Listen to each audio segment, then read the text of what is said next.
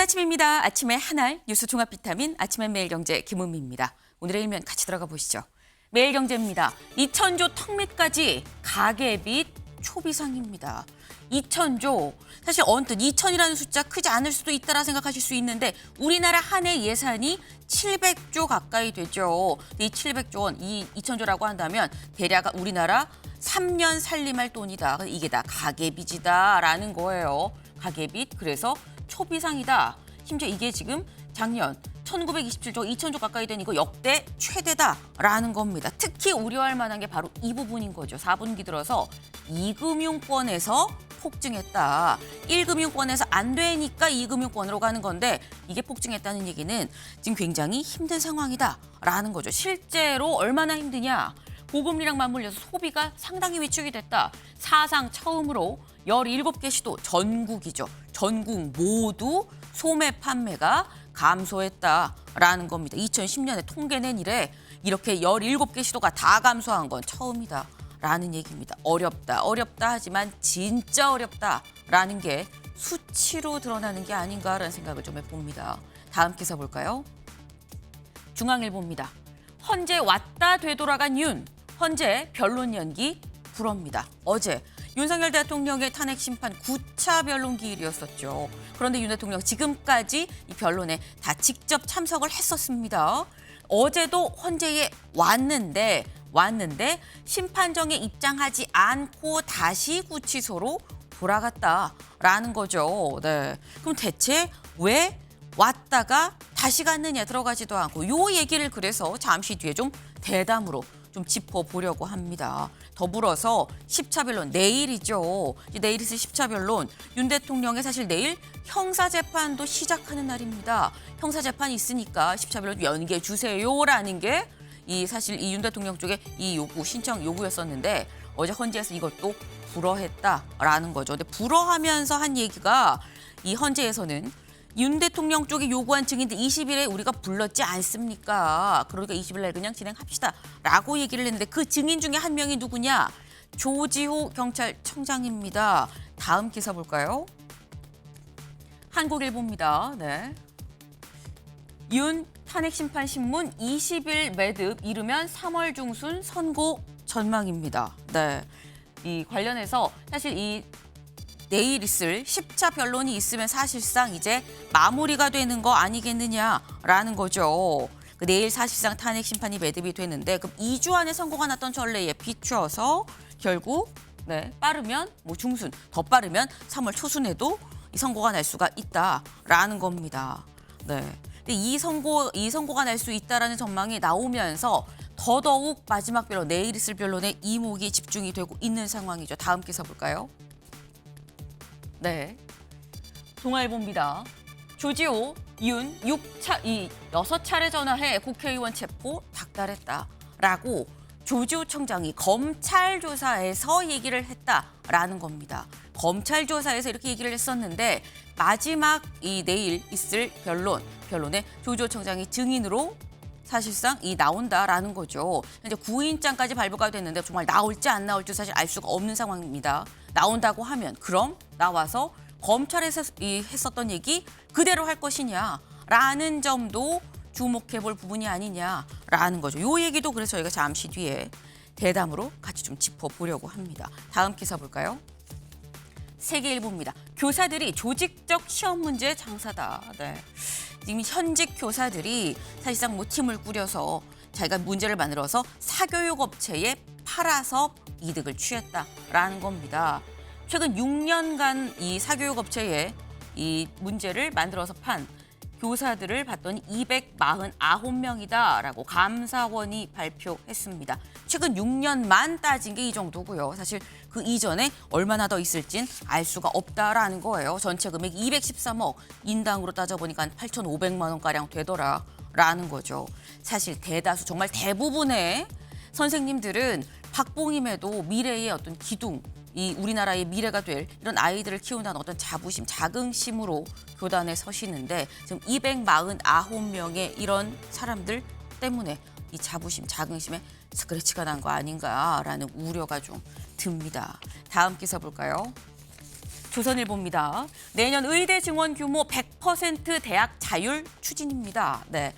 올해 이 의대 정원 이미 사실 끝났죠. 올해는 이미 다 입시가 끝났습니다. 근데 지금 준비해야 내년 입시에 대해서 이 방향을 정할 수가 있다라는 거죠. 근데 내년 의대 증원은 이 100% 대학 자율로 추진한다. 참 말도 많고 탈도 많았는데 결국 이렇게 되면 다시 원점인 거냐라는 생각이 좀 듭니다. 오늘 이 복지부가 국회에서 있는 이 법안 심사에 참여해서 이렇게 입장을 밝힐 예정이다라고 하네요. 응급실 대란까지 불러왔었던 이 의대 정원 문제인데 원점인 걸까라는 생각이 다시 한번 듭니다.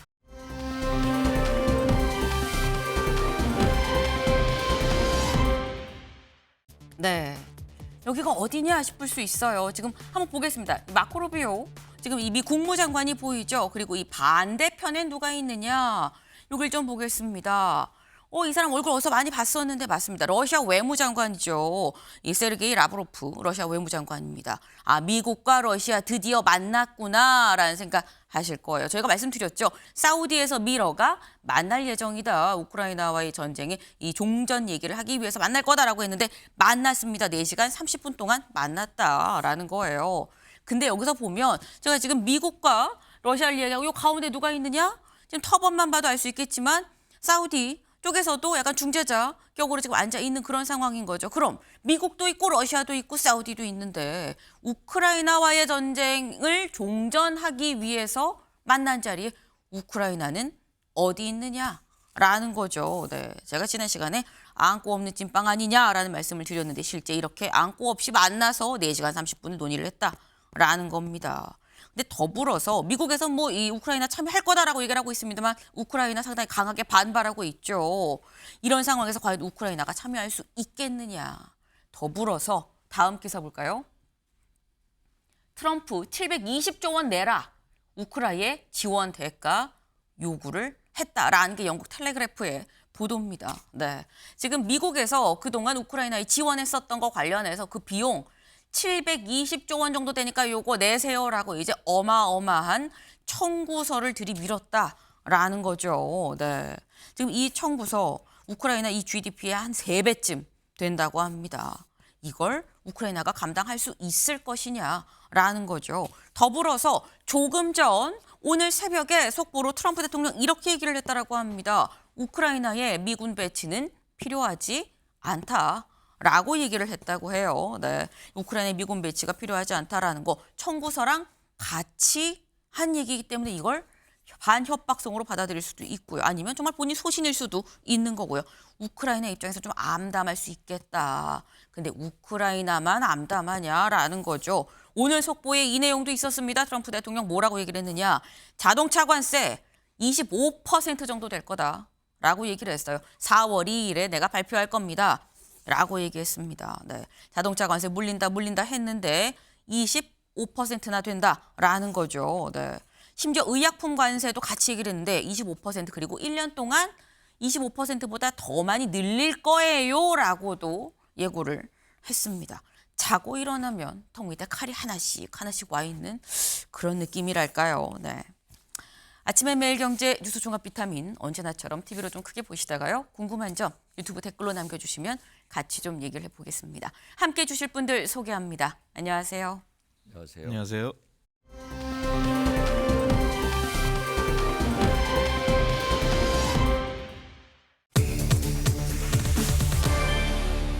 알았을 텐데 누가 무엇을 알았을 것이냐 보겠습니다. 헌재 왔다 되돌아간 윤, 헌재 변론 연기 불어. 네, 저 아까 일면 소개해드리면서 말씀을 드렸죠. 어제 9차 변론 기일이었었는데 윤 대통령 직접 헌재까지 왔습니다. 왔는데 그냥 되돌아갔다라는 거예요. 그래서 기자들이 왜 가는 겁니까? 라고 물어봤겠죠. 그래서 윤 대통령 쪽에서 뭐라고 얘기를 했느냐 같이 볼까요? 양측 대리인단이 의견을 설명하는 날이라는 걸 확인을 했다. 그래서 직접 의견을 발표할 게 없어서 대리인단에 일임하고 갔다. 원활한 재판 진행을 하기 위한 목적이다라고 얘기를 했습니다. 그래서 헌재에 12시 30분에 상당히 일찍 도착을 했어요. 일찍 도착했는데 사실상 이 심리가 시작되는 오후 2시에 윤 대통령은 구치소로 복귀했다라는 거죠. 근데 여기서 드는 의문이 사실 이겁니다. 이창금 위원님.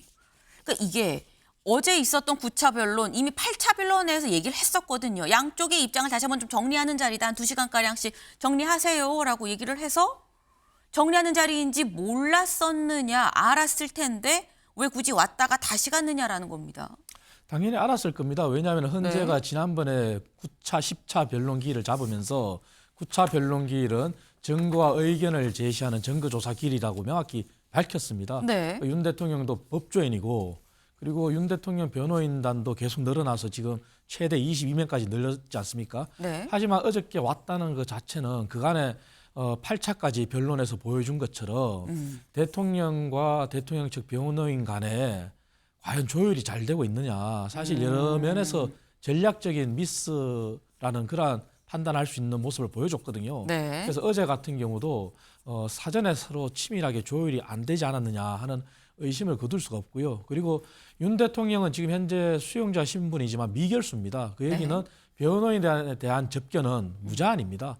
그렇다면은 구치소에서 충분히 전략을 논의하고 이러한 것도 진행이 돼야 될 법한데 그런 거에 관한 보도는 전혀 없어요. 그래서 그간에 미뤄 짐작해 본 건데 이제 변론을 앞두고 항상 일찍 도착해서 네. 그때 변호인들을 만나는 게 다가 아닌가. 그리고 본인이 이번 비상계엄과 관련해서 가장 많이 안다. 네. 그러한 자신감 때문에 또 변호인들하고 공유하고 있는 그러한 부분도 너무 제한적이지 않을까 하는 그런 생각을 좀 해봅니다. 예. 그 지금 말씀은 이게 사실 조율이 잘 됐더라면 굳이 구치소에서 헌재 찍고 다시 돌아갈 일이 있었겠느냐. 구치소에 입장 전이니까 다 됐었더라면 그게 안 됐으니까 굳이 왔다가 다시 돌아간 거 아니냐라는 건데 이 시각을 좀 보면 사실 헌재에 어제 같은 경우는 평소에는 보통 1시가 좀 넘어서 도착을 하는데 어제는 12시 30분에 도착을 했습니다. 평소보다 일찍 도착을 했어요.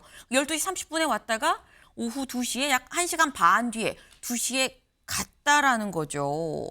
그래서 이걸 봤을 때 이승훈 변호사님, 요 1시간 30분 동안 변호인단과 뭐 식사하면서 얘기를 하고 했을 텐데 기존에는 참석을 하겠다, 출석을 하겠다라는 입장이었다가 1시간 30분 동안 뭘 얘기했길래 입장이 참여하지 않는 게 낫겠다라고 바뀐 거냐라고 생각할 수도 있거든요.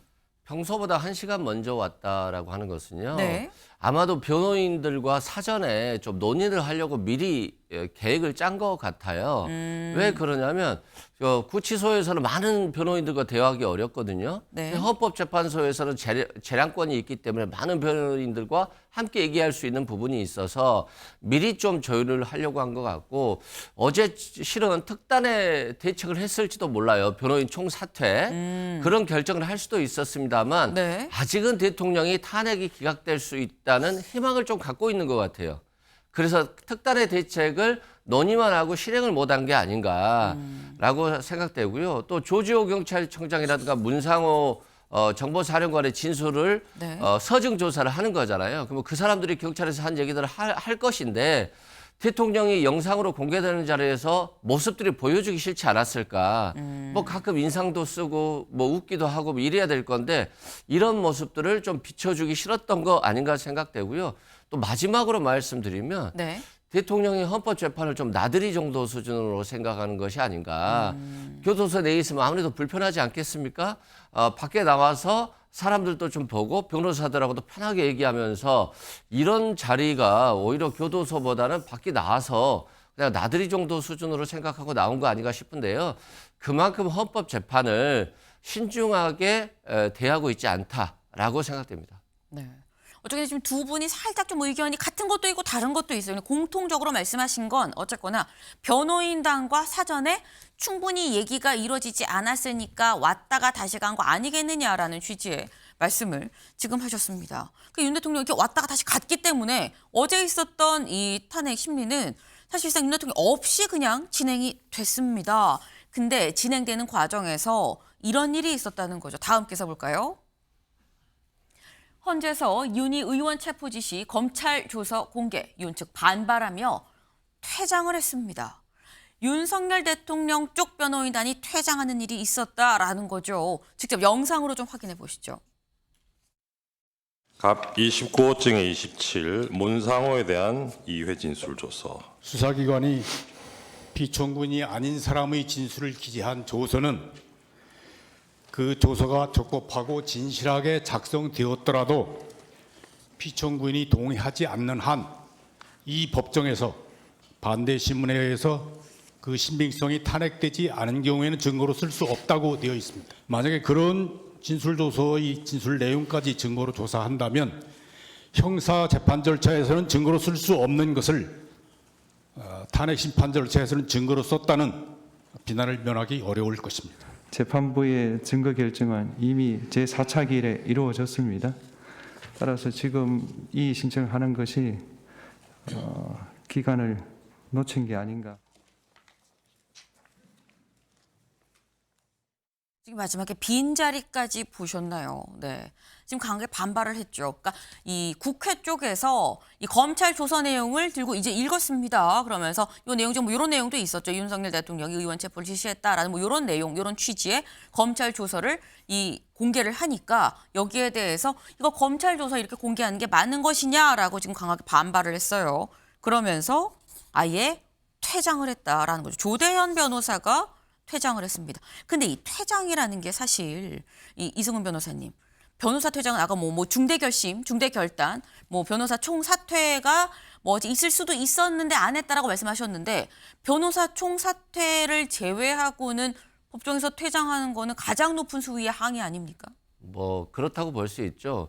특히 조대현 변호사 같은 경우는 헌법재판관 출신이더라고요. 네. 그래서 헌법재판에 잘 알고 있고 헌법재판의 성질에 반하지 않은 한 형사소송법이 준용되기 때문에 헌법재판에 반한다라고 판단하면 형사소송 준용 안 해도 되는 재량이 있거든요. 이걸 다 알고 있는 변호사가 저렇게 퇴정했다라고 하는 것은 결국 항의의 표시를 좀 보여준 거다. 네. 좀 정치적인 표현이다라고 보면 될 것 같고요. 다만 지금 헌법재판소 입장에서 저분이 뭐 퇴정하든 안 하든 무슨 의미가 있겠어요. 전혀 헌법재판에서는 개의치 않는다라고 생각되고요.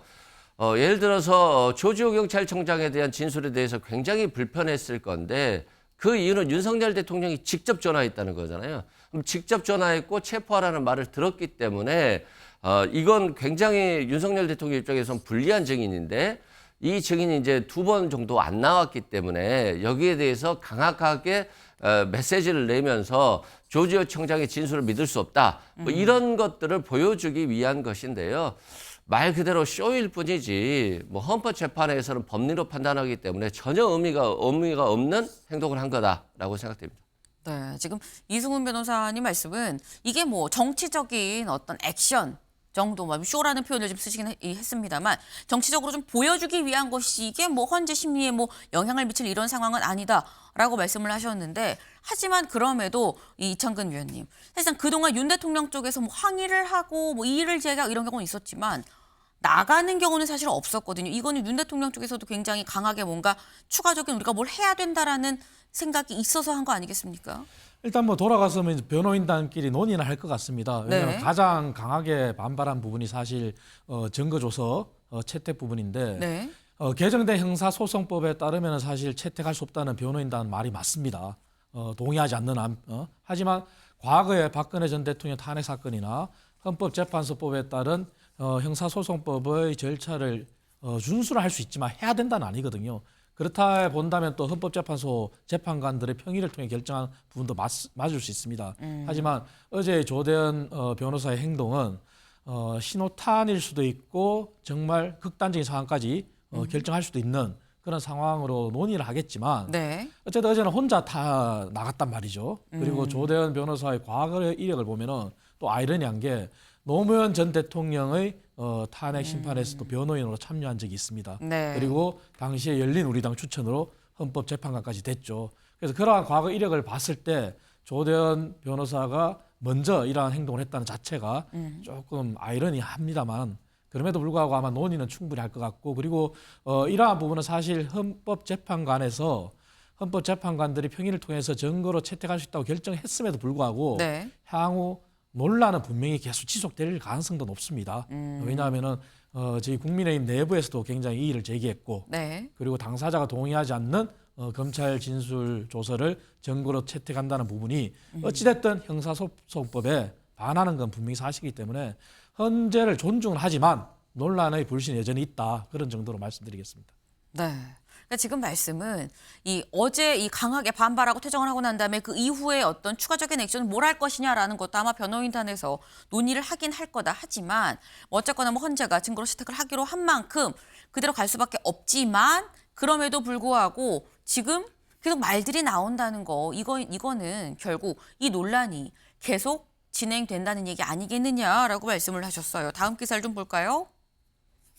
네, 이겁니다. 국회 측 윤희 체포 지시 검찰 조서 공개, 윤 측 증인 아닌 사람 조서 공개는 위법 아니냐라고 얘기를 했다라는 거죠. 그러니까 이 윤석열 대통령 쪽에선 검찰 조서에 대해서 굉장히 강하게 반발을 하고 있는 상황입니다. 이거 위법이다라고 얘기를 하고 있는 그런 상황이라는 거죠. 지금 논란이 있는 가운데 어쨌거나 검찰 조서가 헌재에서 이거 증거로 채택하겠습니다라고 얘기해서 채택이 된 상황입니다. 그리고 내용이 어제 공개도 됐죠. 다음 기사를 좀 보시죠. 국회 측 윤 의원 잡으라 지시, 윤 측 조지호가 알아서 한 거다라는 거예요. 네. 이 대체 어떤 내용이 공개가 됐느냐. 윤석열 대통령 6번 전화해서 의원들 빨리 체포하라고 했다라고 이 검찰에선 진술을 했다라는 게 이 검찰 조서 내용을 아까 국회 쪽에서 직접 읽어 내려갔습니다. 그런데 거기에 윤 대통령 측은 아니다. 이거는 그냥 밑에서 알아서들 한 거다라고 지금 얘기를 했다라는 거죠. 관련 목소리 잠깐 들어보고 올까요? 봉쇄는 조지호 경찰청장이랑 김봉식의 서로의 상의에 의해서 조지호 경찰청장이 지시한 것이고 2차 봉쇄 마찬가지로 포고령을 자기가 보고서 스스로 판단하에 김봉식에게 내린 지시였습니다. 대통령이 2차 봉쇄를 하라고 어떠한 지시도 내린 바가 없습니다. 실제적으로 국회 봉쇄가 일어나지도 않았고 곽정근의 진술은 상당히 오염되어 있습니다. 그다음에 곽정근의 진술은 일치되지 않고 일관되지 않습니다. 계속 변동하고 있습니다. 조조의 진술도 곽정근의 진술처럼 신빙성이 없습니다. 김현태의 진술에 비추어 봐도 의원을 끌어내라는 지시는 없었습니다. 그리고 실제로 정치를 체포한 바도 없습니다. 네, 윤 대통령 쪽에서는 얘기를 하고 있는 거죠. 뭐라고? 이건 그냥 조지호, 곽종근 등등 윤 대통령은 지시 안 했는데 그 밑에에서 자체적으로 판단해서 아래 부하들한테 아래 휘하로 시킨 거 아니겠느냐라고 지금 얘기를 하고 있습니다. 이 변호사님. 왜 그러니까 대통령이 왜 남 탓이라든가 부하 탓을 하는지 모르겠어요. 전 국민이 보고 있는데 지금 마지막까지도 남 탓을 하고 끝낸다라고 한다면 앞으로 역사에서는 참 자기 책임을 지지 않는 사람으로 남을 거예요. 그런 측면에서 좀 안타깝다고 해야 되나? 화가 난다고 해야 되나요? 그리고 조지호 경찰청장 같은 경우는 혈액암으로 굉장히 힘든 투병 생활을 하고 있잖아요. 네. 나오고 싶겠습니까? 헌법재판소 나와서 대통령이 다 거짓말하고 있다. 말하기 불편할 거 아닙니까? 자신의 임명권자였는데 그런다고 해서 국민을 상대로 또 거짓말할 수도 없잖아요. 그러니까 실은 회피하고 있는 거거든요. 근데 구인까지 하겠다라고 한다면 끝까지 조지호 청장의 거짓말을 듣겠다라고 하는 것과 같아서 좀 윤석열 대통령이나 변호인 측이 아직도 뭐 헌법재판을 제대로 받겠다는 것보다는 정치적 선동의 장으로 삼겠다 이런 것으로 보여질 수밖에 없고요. 또 조지호 청장의 진술은 형사소송법, 형사재판에서는 증인으로 꼭 신문을 해야 됩니다. 그건 맞는데 네. 헌법재판소법에는 헌법재판의 성질에 반하지 않는 한에서 형사소송법을 준용한다고 돼 있어요. 만약에 윤석열 대통령 측이 원하는 대로 헌법재판을 끌고 간다라고 한다면 이 재판은 1년 6개월 이상 걸리는 거예요. 그러면 형사재판이 필요 없고 헌법재판이 형사재판을 대신하는 것이기 때문에 완전히 헌법재판을 흔드는 거거든요. 그래서 말이 안 되는 주장을 하고 있다라고 생각되고요.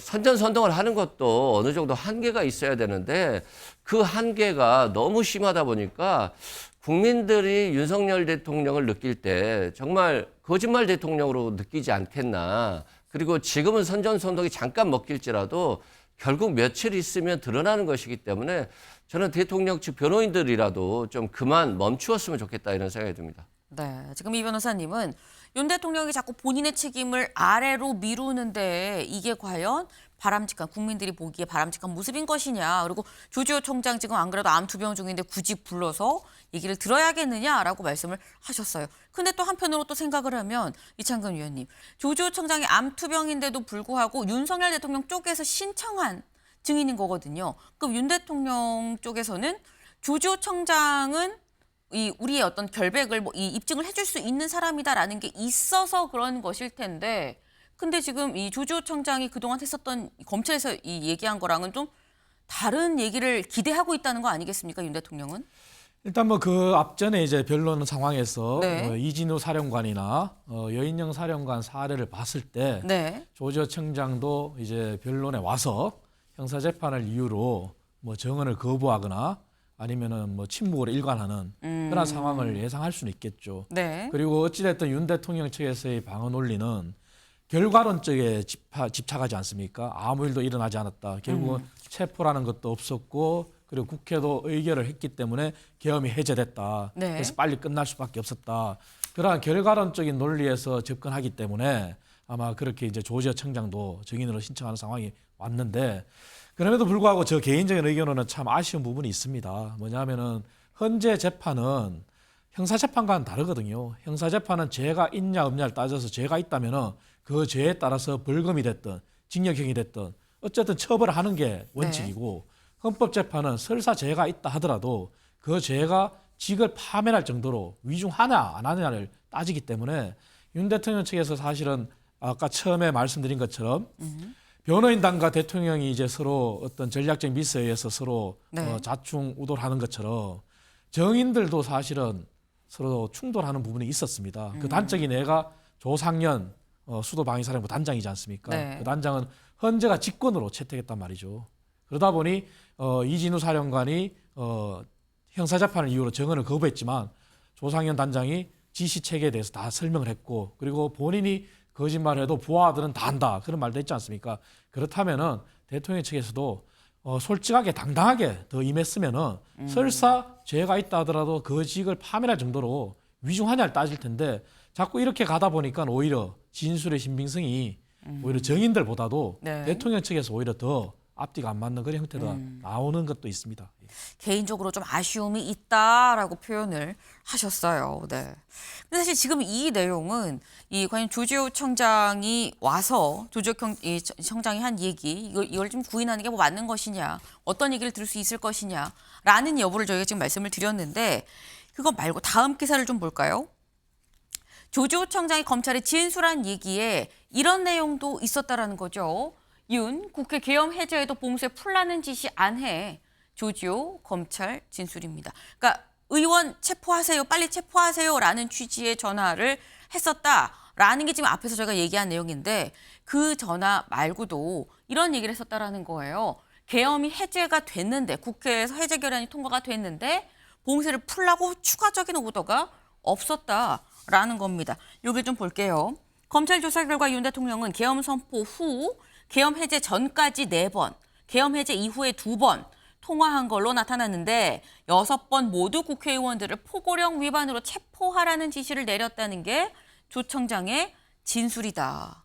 그럼 사실상 이 계엄 해제가 되기 전에 4번은 의원 뭐 체포해라라는 얘기가 있을 수 있는데, 국회에서 계엄 해제 결의안이 통과가 되고 난 다음에 온 2번 전화에도 이창근 위원님 지금 말씀은 윤 대통령이 계속 조 청장한테 이거 포고령 위반이니까 잡으라고 했지, 이거 해제됐으니까 자 이제 철수해라고 얘기를 안 했다라는 거거든요. 맞습니다. 그래서 마지막 이제 통화는 또 거기에 더해서 이제 덕분에 빨리 끝났다. 네. 그래서 본인은 이제 뼈가 있는 말이라고 느껴서 바로 사의를 표명했다, 이렇게까지 가지 않습니까? 사실 경찰의 역할은 이번 비상계엄에서 체포와 가담된 역할도 있었고, 그리고 국회의원들의 의결과 관련된 국회 봉쇄, 그리고 선관위까지 이렇게 경찰이 다 투입이 됐습니다.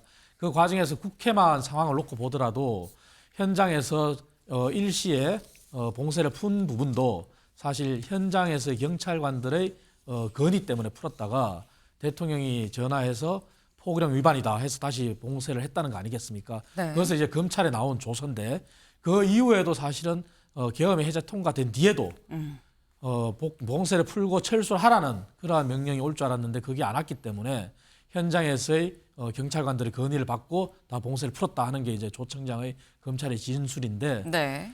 이러한 부분들을 종합해서 봤을 때는 사실 윤석열 대통령 측에서는 이러한 부분이 아니라고 또 주장을 하고 싶고 또 조 청장의 말을 그렇게 이제 유도하고 싶겠지만 결론이 이제 조 청장이 이제 현재 나와야 되겠죠. 네. 현재 나와서 어떠한 진술을 하느냐에 달려 있지만 현재 나오지 않는다면은 이 진술이 증거로 채택된 이상 이대로 이제 갈 가능성이 크다고 봅니다. 예. 네. 그러니까 조 청장이 실제 헌재에 와서 검찰에서 했었던 이런 얘기를 그대로 할 것이냐 말 것이냐. 그러려면 일단 오긴 와야 되는데라고 말씀을 하셨어요. 조 청장, 다음 기사를 좀 같이 볼까요? 내일 이제 10차 변론이죠. 윤 탄핵 심판 20일 변론 유지. 원래 말씀드린 것처럼 윤 대통령 형사재판 있으니까 좀 미뤄주세요 했지만 미루지 않았습니다.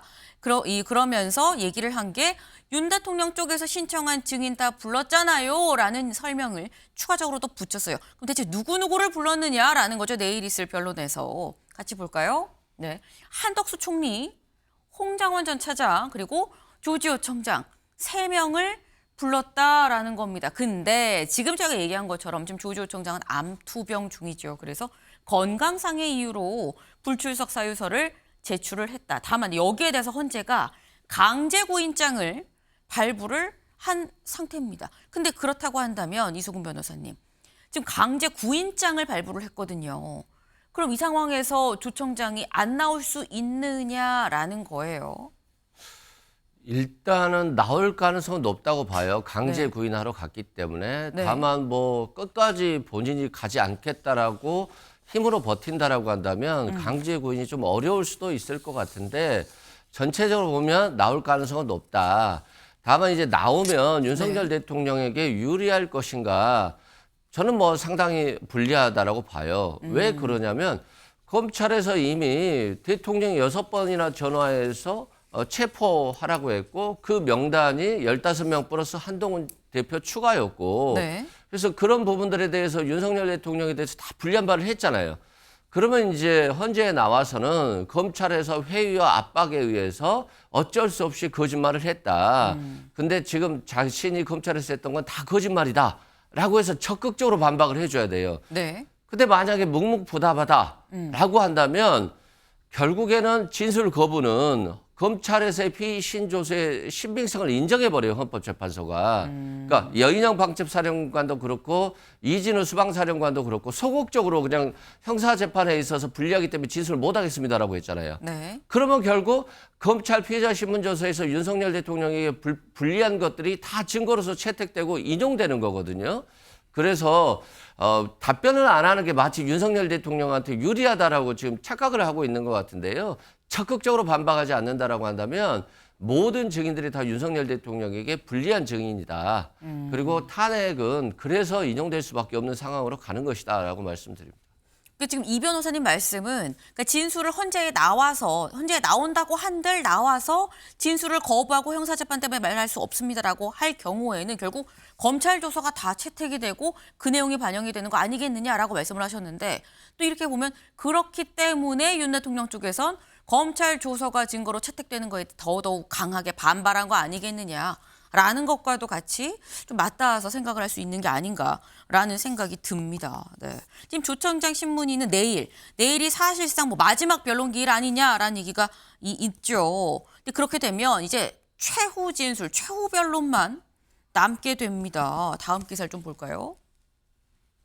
신문 절차 종결된 2월 마지막 주 윤 최후 진술 가능성입니다. 양쪽의 이 법리적인 얘기를 다 좀 들어보고 정말 이제 마지막 선고 결과를 내기 전에 양쪽의 최후 진술을 들어보는 시간이 있지 않겠느냐라는 거예요. 네, 그게 아마 2월 마지막 주가 될 것 같다라는 거죠. 네, 내일이 변론 마지막이라고 한다면이라는 전제로 좀 얘기를 하는 건데 이 최후 진술이라는 게 지금까지의 헌재의 탄핵 심판 최후 진술 어땠느냐 같이 좀 볼까요? 노무현 전 대통령 때 그때 변호인단이 그러니까 출석을 안 했습니다. 변호인단이 1시간 10분 동안 최후 변론을 했다. 그럼 박근혜 전 대통령 때는 어떻게 했느냐? 박근혜 전 대통령도 마찬가지로 출석하지 않았습니다. 하지만 변호인단이 5시간 동안 최후 변론을 했다라는 거죠. 일단 뭐죠? 여기는 좀 뭐 몇 시간 했느냐가 지금 나왔는데 공통적으로 두 사람은 일단 안 나왔어요. 최후 진술을 하러. 그렇다고 한다면 이창근 위원님, 윤석열 대통령은 일단 직접 나와서 본인이 발언을 할 것이냐라는 거거든요.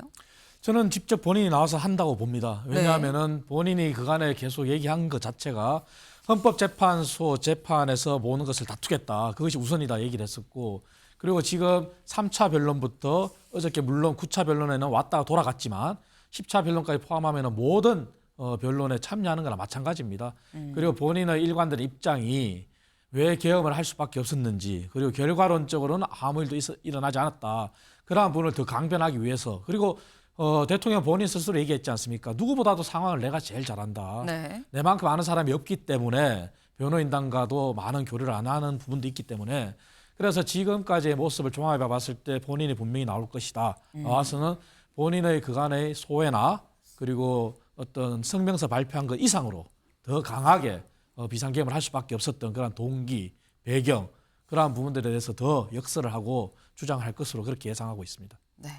아마도 최후 진술을 하게 되면 윤 대통령이 직접 나와서 그동안 있었던 계엄의 이유, 내가 할 수밖에 없었던 그런 상황들에 대해서 얘기를 하지 않겠느냐라고 말씀을 하셨어요. 지금 저희가 최후 진술 얘기를 하고 있죠. 이 얘기인즉슨 곧 선고가 정말 3월 중에 날 것이다라는 또 다른 말이기도 합니다. 네. 정말 막바지를 향해 가고 있는 헌재의 이 탄핵 심리 결론이 어떻게 날지 주목이 좀 됩니다.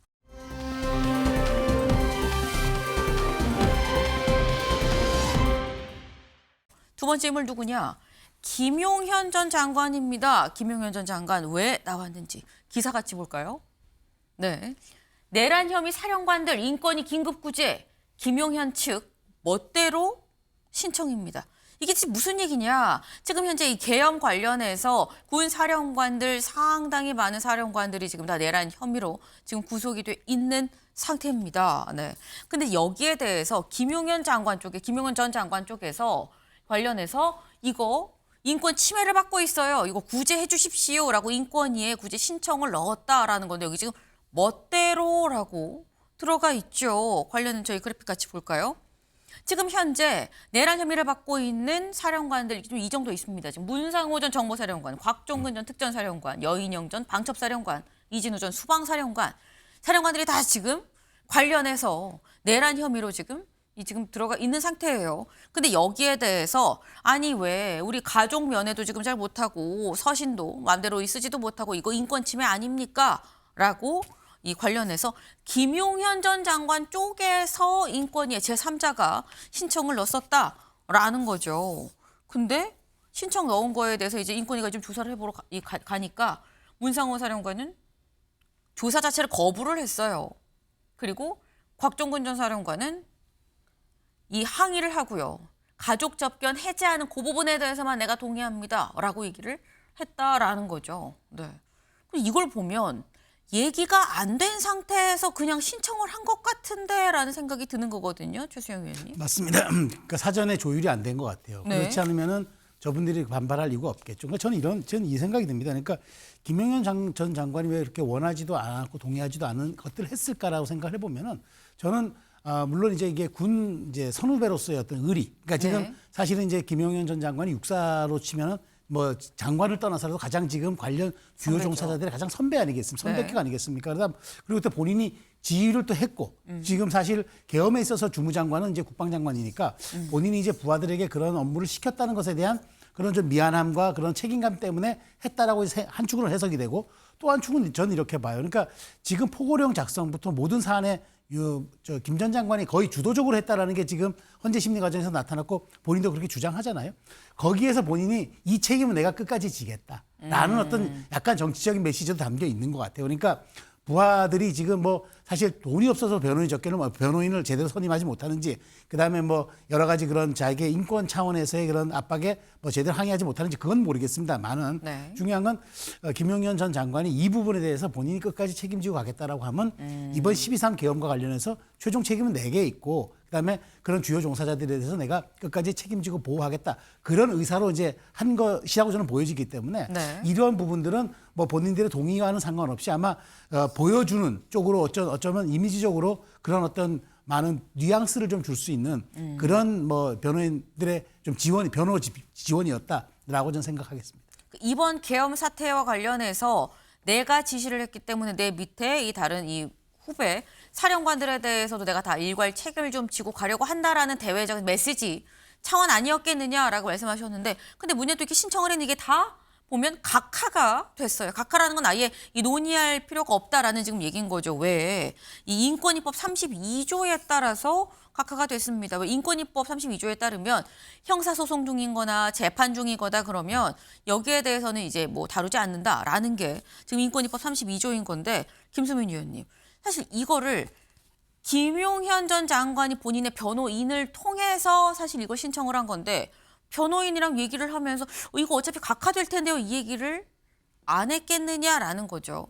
네, 뭐 조치 자체를 환영을 해서 받아들일 수도 있다, 뭐 이렇게 판단을 했을 것으로 보이고, 근데 당사자들이 받든 안 받든 간에 일단 본인은 같이 신청을 해야겠다라고 결심을 한 거죠. 근데 이게 뭐 새롭지 않은 것이 김용현 전 장관의 변호인이 곽종근, 여인영, 이진우 등의 사령관들 상대로 접촉을 하거나 접촉을 시도했다라고 하는 것이 이미 알려졌고, 그것이 회유 정황으로 현재 의심이 되고 있는 거거든요. 그런 회유 작업의 일환으로서 이런 인권적인 것도 챙겨주겠다라고 하는 그런 신호를 보냈을 수도 있는 것이다라고 하면은 이게 특별한 일은 아니라고 보여집니다. 그리고 하나 특이한 점은 이 지금 인권 구제 신청을 할 때 넣었던 다른 그 전 부하들의 명단을 보면 네. 흥미롭게도 노상원 전 정보사령관 이름이 빠져 있어요. 노상원은 여기서 왜 제외했는가? 이것도 상당한 흥미 있는 부분입니다. 네. 뭐 같은 편이 아닌 척하기 위한 것인지, 아니면 중요 임무 종사자 프레임에서 빼주기 위해서 일부러 제외를 한 것인지, 아니면은 이미 챙기고 있기 때문에 더 챙길 것이 없다는 것인지, 이 부분을 한번 또 주목해 볼 필요가 있다. 참고로 당시 계엄이 해제됐을 때 김용현 전 장관이 노상원 전 사령관에게 상원아 이제 어떻게 하냐 이렇게 얘기할 정도로 상당히 가까웠던 사이라고 하죠. 근데 그런 가까운 사이는 오히려 여기서 제외됐다라고 하는 점, 네, 이것도 한번 참고를 해볼 필요가 있겠습니다. 네, 지금 좀 약간 흥미로운 포인트도 짚어주셨어요.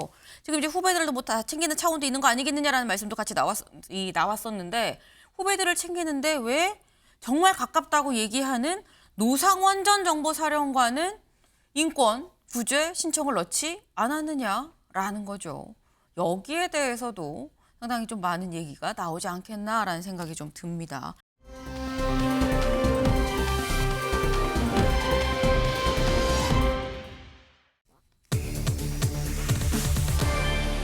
우린 진보 아니다. 네, 누가 한 얘기인지 좀 보겠습니다. 이재명, 민주당이 중도 보수 맡아야 우린 진보 아니다. 라고 이재명 대표가 얘기를 했다라는 거예요. 직접 들어보고 오시죠. 저는 앞으로 대한민국은 민주당이 중도 보수 정권으로 오른쪽을 맡아야 됩니다. 이게 우리가 진보 정권이 아니에요. 진보 진영은 새롭게 구축이 돼야 되고요. 이 사람들은 보수 집단이 아니에요. 우리는 우클릭 안 했어요. 원래 우리 자리에 있는데 저들이 워낙 분배, 공정이라는 문제를 가치를 버리니까 이것도 해야 된다고 하는 게 너무 크게 보였던 거죠. 네, 김수민 의원님. 민주당은 진보입니까? 아닙니까? 저는 아니라고 예전부터 생각을 해왔는데, 네. 왜냐하면 사실 근데 이재명 대표가 이런 말을 하는 게 이번이 처음이 아니에요. 2016년 대선 때도 새누리당이 있는 자리를 차지하고 싶다라고 얘기를 했었고, 굳이 말하자면 본인은 보수다라고, 뭐 MBN 인터뷰에서도 실용주의자인데 보수에 가깝다 이렇게 얘기를 했었거든요. 근데 그때 얘기했을 때는 개인 이재명일 수 있는데, 지금 이거는 이재명 대표, 민주당의 대표 자격인 거거든요. 여기서 말하는 우리는 진보 아니다, 우리는 민주당을 얘기하는 거 아닙니까? 그 진보의 뜻이 뭐냐 이걸 봐야 될 것 같은데, 이제 네. 보통 유럽이나 미국의 진보 보수를 감안을 해본다면은 최근에 민주당에서 나왔던 뭐 감세 얘기라든지 그 전에 있었던 뭐 증세에 그렇게 적극적이지 않은 부분들, 이런 것들을 종합했을 때 딱히 진보라고, 그러니까 상대적으로는 한국에서 진보라고 할 수 있었겠지만 객관적으로 진보인가 이 부분에 대해서는 의문이 있는 법이고, 사실 이제 이재명 대표가 민주당 현재 대표고 이제 명실상부하게 주류인 거거든요. 그런 상황에서 본인의 이념적 스탠스하고 당의 이념적 스탠스 간에 크게 이제 차이는 없다라고 봐야 될 것 같아요. 물론 민주당이 진짜 진보라고 할 수 있는 정치인들도 상당수 포진한 것도 사실이긴 합니다만 당의 노선 전반적으로는 보수라고 얘기를 할 수도 있는 거 아닌가 이렇게 보여지고 오히려 국민의힘에서 민주당의 실제적인 어떤 정책에 비해서 너무 계속해서 뭐 좌파다, 포퓰리즘이다 이렇게 얘기를 하면서 민주당을 진보처럼 보이게 한 착시 효과를 일으킨 책임이 오히려 국민의힘에도 상당히 있다 이렇게 봐야 될 것 같고 이재명 대표 경우에 예를 들면 대장동 개발이나 백현동 개발이 진보적인 개발이 오히려 아니라서 논란이 된 것이고 네. 그리고 전국민 지원금 같은 경우도 사실 전 국민에게 지원을 해버리면 사실 가난한 사람 입장에서 더 받을 수 있는 지원금이 소비보단 저축을 주로 하는 중산층 이상으로 가기 때문에 사실 이게 궁극적으로 따지면 진보 정책이라고 볼 수는 없어요. 근데 그런 차원에서도 해석을 할 수 있는 것인데 계속해서 지나치게 이념 공세를 하면서 이재명 대표는 극좌다 이런 식으로 국민의힘이나 보수 진영에서 얘기를 해온 거 이런 것들을 좀 바로잡을 필요가 있는 거고 근데 다만 문제는 뭐냐면 한국의 거대 양당이 다 보수 쪽으로 몰려갔을 때 네. 진보적 국민은 누가 대변하느냐 이 문제가 분명히 남는 거죠. 그러면 이런 국민들을 잘 대변할 수 있게 하려면 민주당이 보수 정당이면서도 다당제를 인정을 해야 되는 것이고 선거제도 개혁이나 이런 것에 더 박차를 가할 필요가 있다. 이 점은 지적을 할 필요가 있겠습니다. 네. 김수민 의원님은 민주당은 보수 정당이라고 나는 원래 생각을 했다라고 말씀을 하셨어요. 근데 그렇다면은 이재명 대표 얘기처럼 민주당이 이 중도 보수 정당이고 진보 정당이 아니라고 안 하고 국민의힘은 무슨 정당이 되는 겁니까, 최수영 의원님? 그러니까 저는 이재명 대표가 정체성 부인을 하고 있다고 봐요. 민주당 그 강령 제1호 전문이 뭐냐면 더불어민주당은 중산층과 서민 대중을 위하는 정당이다라고 돼 있고 네. 국민의힘은 자유민주주의와 시장 경제를 신봉한다고 돼 있습니다. 그러니까 네. 결이 좀 달라요. 그러니까 또 둘 다 국민을 위한다고 하는데 여기는 중산층과 서민의 방점이 있는 거고 여기는 시장 경제의 방점이 있는 거예요. 여기는 네. 여기는 좀 국민의힘이 경쟁의 방점이 있다면 여기는 분배의 방점이 있는 거란 말이죠. 서민과 중산층 보호하기 위해서는 두터운 사회 안전망이 있어야 되니까. 네. 그런데 이재명 대표는 여기서 보수를 얘기합니다. 보수의 가치는 지키는 거죠. 그쵸. 그런 측면이라고 보면은 이재명 대표가 요즘 최근 너무 말이 좀 왔다 갔다 하는 그다음에 좀 뭔가 좌우를 갖다 이게 정체성이 있냐? 신념이 있냐? 그러다 보니까 이재명 대표의 일관성은 하나가 유일하게 말 바꾸는 건 일관성이 있다는 지적을 받는 거예요. 그런 측면에서 이런 말들이 쉽게 지금 나오는 것 같은데 조금 조급증이 좀 저는 기반된 이재명 대표의 저런 어떤 심리적 조급함이 아닌가 그런 생각이 듭니다. 지금 이재명 대표가 뭔가 이렇게 얘기를 하고 있는데 이게 좀 앞뒤가 좀 안 맞는 거 아니겠느냐. 그동안 민주당이 표방해왔었던 거랑은 좀 다르다. 지금 당원 당규 지금 1조 1항도 지금 다른 거 아니겠느냐라고 지금 말씀을 하셨어요. 그러면서 이재명 대표 그간 말한 게 계속 바뀌고 있다는 일관성이 있다라고 말씀하셨는데 이재명 대표 그동안 우클릭하고 있다. 오른쪽 깜빡이 켰다라고 얘기했었던 게 있죠. 그게 뭐냐. 처음에는 또 반도체 특별법 52시간에서 예외하냐 마냐 얘기가 있었습니다. 근데 일단 이 52시간 예외를 빼고 법을 처리하기로 일단 결론이 났어요. 추경 편성에서도 25만 원씩 지급하는 거 요거 추경한다면 요거 빼겠습니다라고 얘기를 했는데 25만 원 지급 현금은 빠지긴 빠졌는데 소비 쿠폰의 내용으로 사실상 들어가긴 했습니다. 그리고 이번에 또 내놓은 게 상속세를 좀 완화해야 된다라는 얘기가 나왔죠. 요게 대해서는 뭐 아직 이건 좀 얼마 전에 나온 얘기예요. 근데 지금 이걸 보면 최수영 의원님도 이 말씀하시는 게 김수민 의원님. 지금 앞에서 뭔가 우클릭인 것처럼 얘기를 했었지만 결국은 오른쪽 깜빡이 켰는데 주차는 왼쪽에 하지 않았냐 뭐 이런 얘기 좀 하고 있는 거거든요. 이재명 대표는 사실 변한 게 없습니다. 그런데 국민의힘 스스로가 자꾸 어떤 상을 만들어 놓으니까 헷갈리는 것인데 주 52시간 예외 같은 경우는 이재명 대표 원내 교섭단체 연설에 보면 총 노동 시간은 늘리지 않는 대신에 주 52시간은 예외 적용할 수 있는 여지는 일단 열어놨어요. 근데 일단 이번에 제외를 하는 것은 당내에서도 합의가 안 돼 있고 그리고 삼성전자 노조의 조사 결과 연구개발직들도 90%가 예외 적용을 반대하는 것으로 현장에서도 반대가 있는 것으로 드러났거든요. 이런 문제에 대해서는 이제 본인의 견해를 조금 나중에 하고 그러니까 지금 이재명 대표가 주 52시간 제외를 하자라는 것을 철회하지를 않았어요. 근데 일단 현재로서는 합의된 것만 먼저 처리를 하자 이런 차원에서 얘기를 하는 것이고 마찬가지로 전국민 지원금도 본인은 계속 전국민 지원금을 강조를 합니다. 그것이 바람직한지 안 한지 충분히 논쟁해 볼 수 있는데 일단은 그게 너무나 쟁점이 된다면은 빼고 논의하자라고 하는 거예요. 그런 의미에서 이재명 대표는 이제 정치적으로 뭘 우선순위를 둘 거냐 이 전략에서 차이가 발생을 했다 할지라도 원래 본인이 갖고 있는 생각은 그 변화가 없고 사실 그것이 제가 아까도 지적했지만 딱히 진보라고 할 수 없는 것이었다는 부분 그리고 네. 상속세 완화 부분도 지금 계속 얘기를 하고 있는데 그 일괄공제를 5억에서 8억으로 올리겠다라고 하거든요. 근데 지금 우리나라 국민들 중에서 상속세를 납부하는 국민은 상당히 극소수입니다. 그런 걸 봤을 때는 이재명 대표는 뭐 당의 강령에는 중산층과 서민까지 주로 쓰여 있지만 주로 현재 민주당의 노선, 이재명 대표의 노선은 서민보다는 중산층 정도 혹은 중상층 정도의 어떤 신보수 노선에 더 가깝다 이렇게 저는 진단을 합니다. 근데 사실 또 그렇다고 한다면 드는 의문이 이런 게 있습니다. 그러니까 지금 말씀은 이재명 대표의 원래 생각은 이런데 다만 당내 뭐 이렇게 뭐 논란이 있고 반대하는 입장이 있기 때문에 그 부분을 좀 약간 제외하고 더 논의하기로 한 거고 했지만 이재명 대표의 생각이 바뀐 건 아니다. 이재명 대표는 원래 생각대로 가는 거다라고 했는데 원래 생각대로 가는데 이게 현실화로 방점을 마지막 마무리까지 찍을 수 없었던 이유가 당내의 다른 목소리, 반발하는 목소리 때문이거든요. 근데 그렇다고 하면 김수민 의원님, 그렇다고 한다면 이재명 대표는 바뀌지 않았고 이재명 대표 나는 중도 보수다라고 생각을 합니다만 민주당이 중도 보수라고 볼 수 있는 것이냐 그리고 이재명 대표의 생각이 이재명 대표가 주류긴 하지만 그 생각을 그대로 갖고 실현을 시킬 수 있는 것이냐라는 생각이 드는 거거든요. 네, 이재명 대표가 당에서 확고하게 다수파이기 때문에 주 52시간 예외 같은 것도 그냥 밀어붙이고 표대결로 갔을 경우는 통과가 될 거예요. 네. 사실 비슷한 게 금투세 폐지였죠. 그러니까 금투세 폐지도 다 합의를 했는데 국민의힘 그거 잊어버리고 또 다시 우클릭 좌클릭 우왕좌왕한다고 얘기를 하고 있는데 일관되게 우클릭에 이게 좋은지 나쁜지를 떠나서 이건 일관되게 왔던 것이고 다만 그 상황에서 이거를 너무 고집했다가 당내 어떤 그 지지층이라든지 이런 것들 균열이 너무 심해진다. 이런 네. 것들은 또 정치적으로 판단을 할 수 있는 대목이겠죠. 그러면 이제 국민의힘 입장에서는 이재명 대표를 설득을 하려면은 어떤 그 처지를 어느 정도 헤아려 가지고 진보 진영에도 이재명 대표가 할 말이 있을 수 있도록 하는 그런 것들을 제공하는 게 더 나을 것이다.